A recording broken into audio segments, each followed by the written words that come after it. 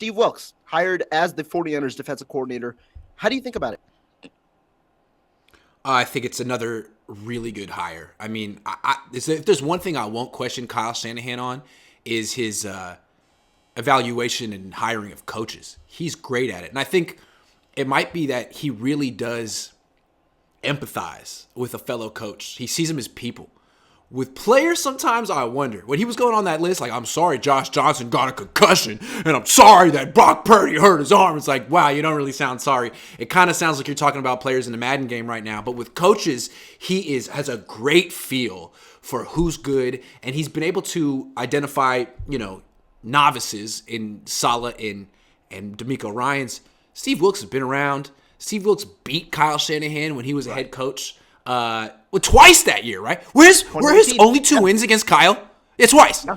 So he's a good coach. You put him with this defense on this team, will probably be a head coach again in 2 years. Kyle Shanahan does great work with, and another African American coach. So many of these really gifted African American coaches can't even get opportunities, and the 49ers are given opportunities left and right, which is great. So you got to give Kyle credit, and this is a good. I mean, it's not Vic Fangio in the sense that Vic Fangio has this whole track record, and he's like the Kyle Shanahan of defense in the sense that everyone's trying to copy him. Mm-hmm. But you'd have to change the whole structure of the defense to accommodate him, and he's kind of salty and negative like Kyle. I think Steve Wilks is probably a better compliment to Kyle in the sense that he's like DeMeco and Saleh. He's like a rah-rah leader, upbeat, positive guy. And his scheme fits right in with what Chris Kasarik wants to do. And Chris Kasarik is a major architect of this defense, even if he's not, calling coverages. No, I agree. I think that you put it really well. And I know fans are probably not, or they're probably surprised to hear Kyle Shanahan getting praise from Mr. Grant Cohn to start the show. But, I mean, you got to call it how you see it, and that's exactly what it is. Kyle Shanahan has a knack for hiring the right His dad, too, right? Going back to Washington. This is something they do. They're a coaching factory. They're great. And I think if there's one thing that Kyle and his dad can be most proud of, it's their coaching tree. Yeah. No, I think you got to agree. Yeah. And I mean, when you talk about Kyle Shanahan, the hardest thing as a head coach was you got to evaluate your staff coming in 2017. And Kyle got it. He had Mike McDaniel. I mean, he had the guys right next to him, Robert Saleh. He's got two current head coaches, another head coach in DeMeco Ryans, and then Steve Wilks, who almost assuredly probably gets head coaching opportunities either next offseason or the one after, what the expected success that the 49ers should have.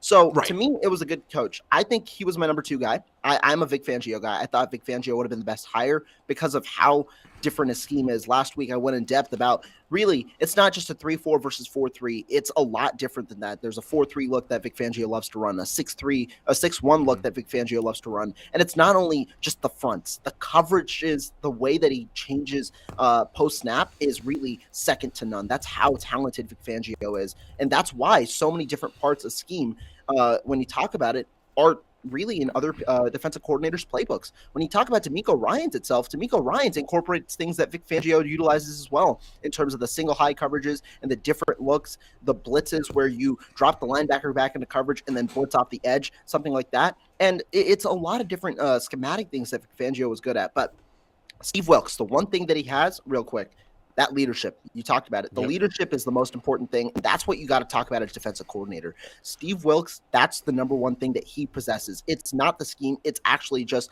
the leadership aspect, which has been vital for the 49ers because what do? They just bring in an influx of young talent and then develop the young talent. And that's something that they've done successfully on the defensive end. Yeah, I don't think they want to change their scheme. He's going to run cover 4, cover 3, a lot of zone stuff.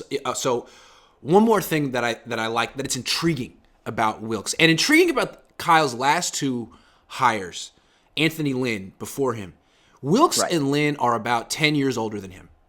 And Kyle needs someone to push back on him at some point. Like before the Philly game, when he was installing these plays and he's like, look, I got this beautiful, look at this play action play, all right? You're going to have Debo going orbit motion, and we're going to have Tyler Kroft block Hassan Reddick. There needed to be someone in the room that says, Kyle, it looks wonderful on paper.